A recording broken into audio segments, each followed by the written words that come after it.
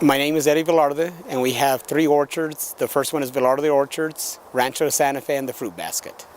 We have 35 acres, and we produce pears, peaches, plums, nectarines, polots, and all different kinds of varieties of apples and peaches. We've been here since 1598, and we've been farming since then. When the people came, they had to live off the land, so we've been doing. It's been changed a little bit because they did a lot of wine and sheep, and we're more into the fruit business. Back in the early 1900s, Stark Brothers sent a salesman here and lived with one of our relatives and convinced us that that was the thing to plant. Fruit was a pretty good moneymaker. And in the 1920s and 30s, New Mexico was the third largest state, the third largest growing state in the nation. Well, in 1598, Don Juan de Oñate came to settle here in New Mexico by asking the King of Spain for permission to come and look for new lands. My relatives was his personal secretary, and they did a lot of heroic things, and the King of Spain deeded him 56,000 acres back in 1506 or 1507. And after that, when the United States became the United States, our government didn't recognize a gift from a foreign nation and took it all away. Well, we only got 8 acres back because that was in the Homestead Act in the early 1900s. And since then, we've been buying property, trying to get back to a little bit of what we used to have. Well, I hope my great-nephew's gonna help us. He helps me a lot every day, and he enjoys farming. My parents and my sisters help me a lot because we sell to farmers markets, we sell to Kroger's and different outlets. So they help me maintain the integrity and the pride that we've been doing it for the last. My dad's been growing it since the early 1900s with his father, so we're trying to keep on the tradition.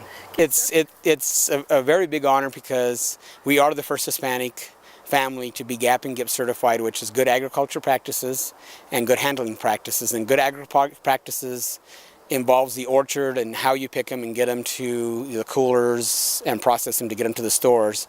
And good handling is how you handle the fruit when it gets to the consumer. And this ensures that the fruit that we raise is the safest from salmonella and any other kind of stuff that would get you sick. It took us a year. We had the New Mexico marketing director, Craig Maple, that came in and told us that it was coming down the pike, that it was going to be required to sell to Albuquerque Public Schools, and that's one of our biggest contracts. So we went ahead and did it. I hired my sister, and she works for us now full-time. And we did the process, which was a learning process because the GAP and GIP is a new process, so we were learning along with the people that implemented this with USDA. Well, it shows that we're trying to keep on going, and we love our country, and we're trying to keep our integrity with it, and showing that the United States can grow a safe product.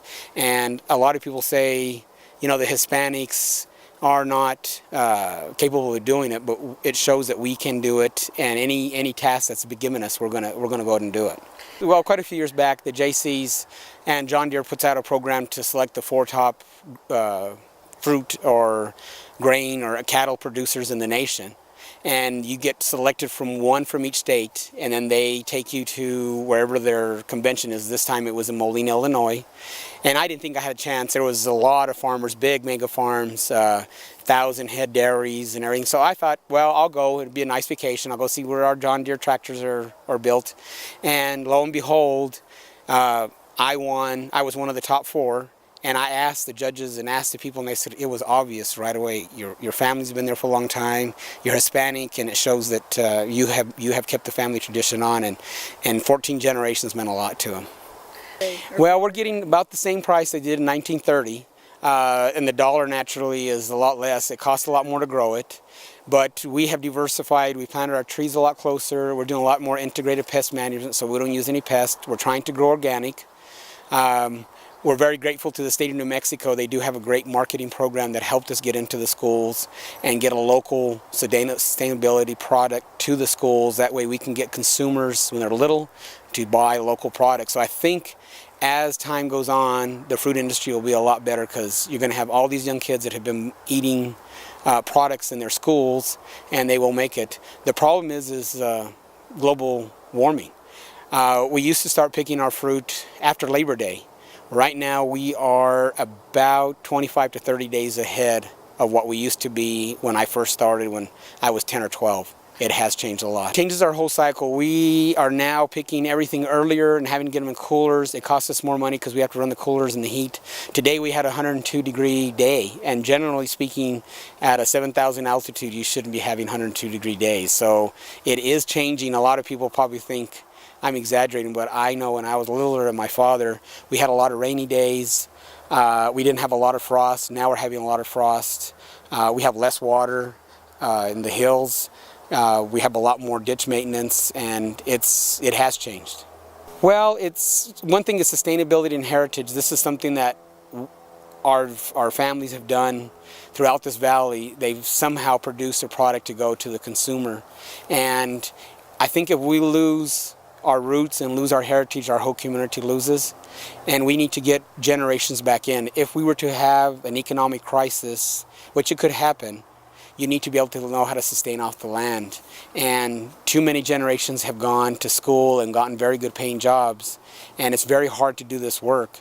But I think the new generation, the young kids, 15, 16, 18, are realizing that they need to get back into farming, and it is something you take pride in when somebody bites into your fruit or eats your vegetable, that you sit there and say, I did this, and they're enjoying it.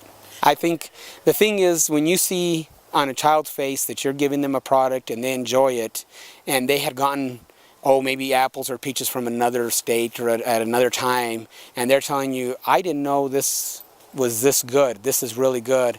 We bring out farm tours, and a lot of kids didn't know how trees have fruit. They thought everything grew like vegetables, and it's very surprising to see that children really didn't know where their produce was coming from or where their food was coming from. We feel that we need to educate them, because you never know, there might be one in the bunch or two in the bunch to sit there and say, I can do this, I want to farm.